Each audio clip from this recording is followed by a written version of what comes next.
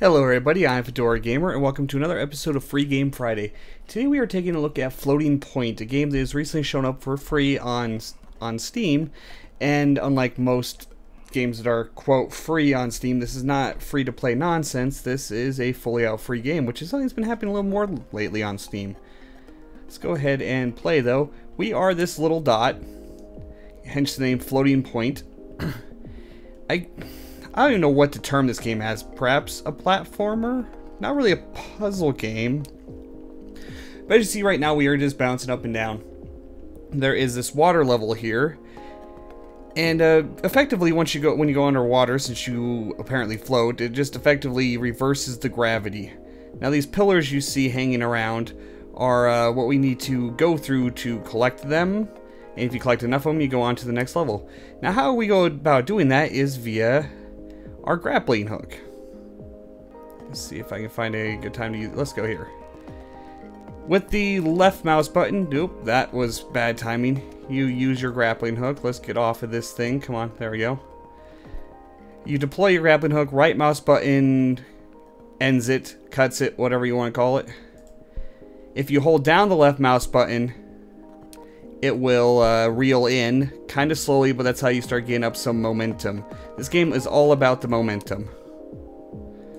Let's go down here, maybe go through a couple of these.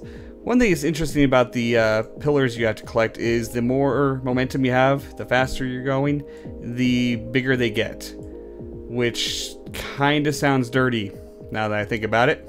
Didn't think that sentence through very well. And it's about collecting these. See if we can loop around. Aha. You can do cool stuff like that. You can get some serious momentum going, though bouncing off things like that generally kills your momentum here. Now I do like that these free games like this are showing up on Steam. It's not something you used to see often, or if at all, perhaps. Which from a business standpoint makes more sense. You know, free-to-play games on Steam, Steam gets their cut of the in-app purchases or in-game purchases, whatever you want to call them, since they're not mobile games, but most of them are just as terrible as mobile games.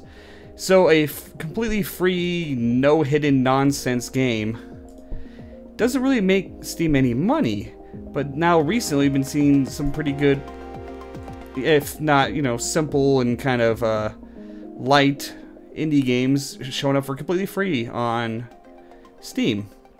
So I wonder if there is a policy change. I don't know if there ever was a policy against them. I do not know. It seemed like it because you never saw anything like that.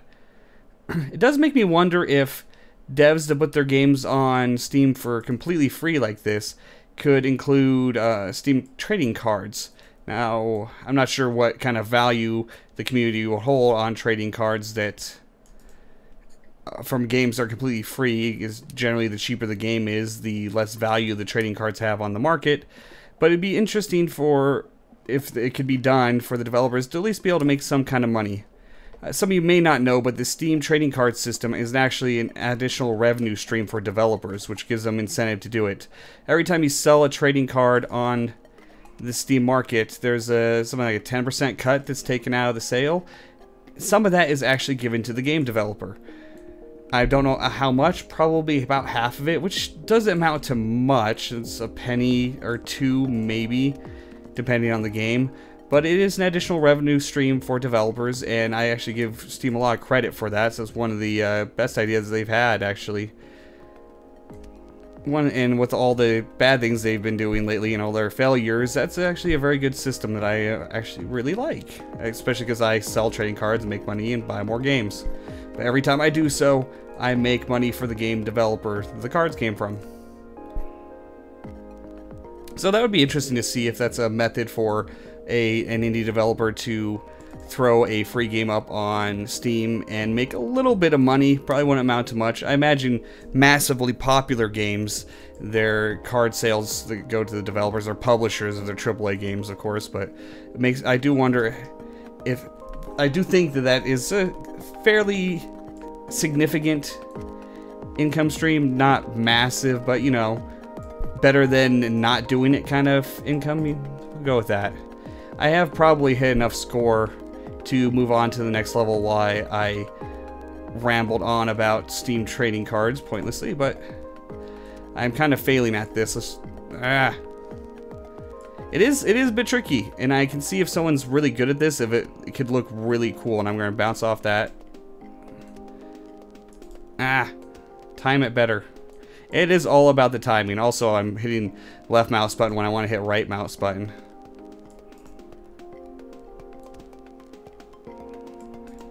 Okay, let's go. Okay, I grabbed it the cheap way.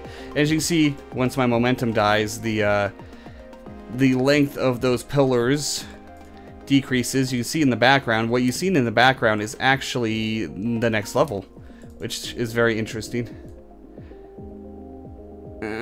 Come on, get some speed here. I mistimed it again. Let's actually beat a level here. There we go. I think I can move on. I do want to try to get all of them, though. And I'm going to oh, no, I'm not going to bounce. I don't know where any more pillars remain. Probably underwater here.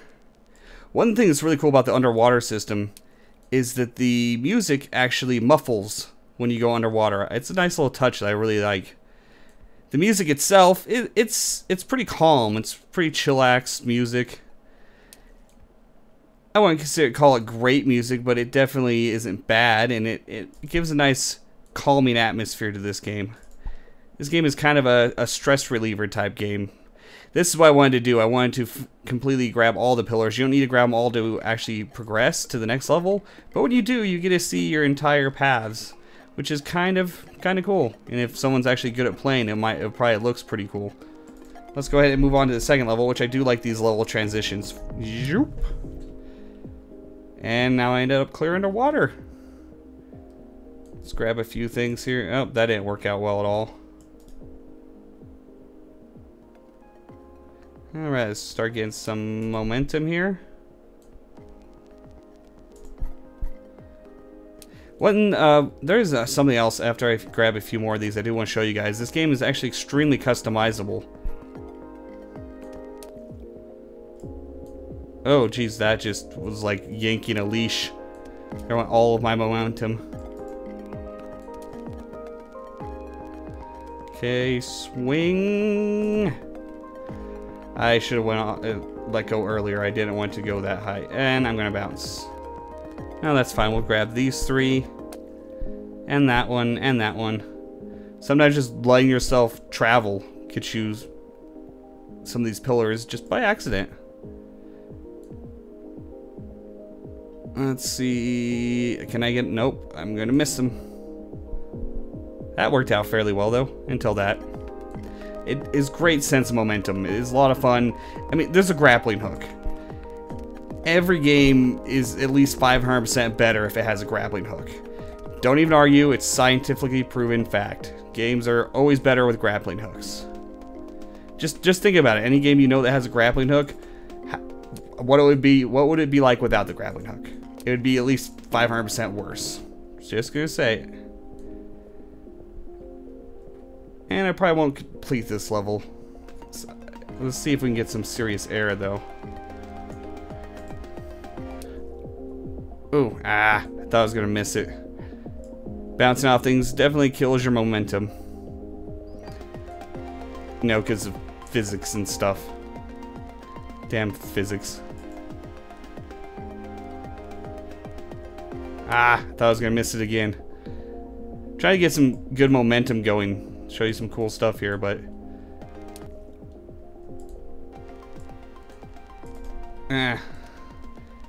you hear me furiously clicking and timing it horribly wrong. Let's get some air. No. There we go. Getting some good momentum going here. And see how long these get because all the speed and momentum we got going? Yeah. There is walls to the level, which I just bounced off of, which are really good at messing up your momentum. I do kind of wish they were a little more lenient of how large they would allow the levels to be. Let's go up.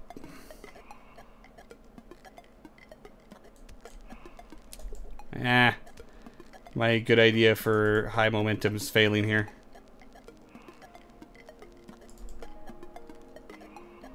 And, yep, okay. I do want to show you the customization of this game, though. Go into the menus here and go to customize. You can customize like every aspect of the physics. The retract speed, which I kind of want to turn up, but that feels, changing this feels like cheating to me, but it's an option here. Retract speed bonus when multiplier is low. I've never really gotten too deep into how the multipliers work, but bar shrink rate constant. So bar shrink rate, percentage of their height. So I think the bar's maximum height actually decreases as you're in the level longer, maybe? Not sure on that. Bar height when bumped into things, which, you know, drops, and bar height required for music and lights. Oh, so how high the bars are up increases the music tempo and the lighting effects. That's interesting. Level width, hey, we can change that. Let's change that to like 800. Is it spacing out the blocks more though? I can't tell. It's interesting. Average level height. I have actually bounced off the ceiling before when I had a really good momentum going. Level height variant, so it varies from level to level. Average density variant. Not quite sure what that means. It might have to do with the water, maybe. And I like that. It's very customizable. If you want it to be a speed fest, you can turn down the momentum loss from hitting things. Boink. Not what I wanted. Alright, well, this is Floating Point. As I said, it is free. It is on Steam. The link will be in the description. I really hope this trend continues of these cool little free indie games showing up on Steam. I'm Dora Gamer. If you like this video, please like, comment, and subscribe, and I'll see you guys next time.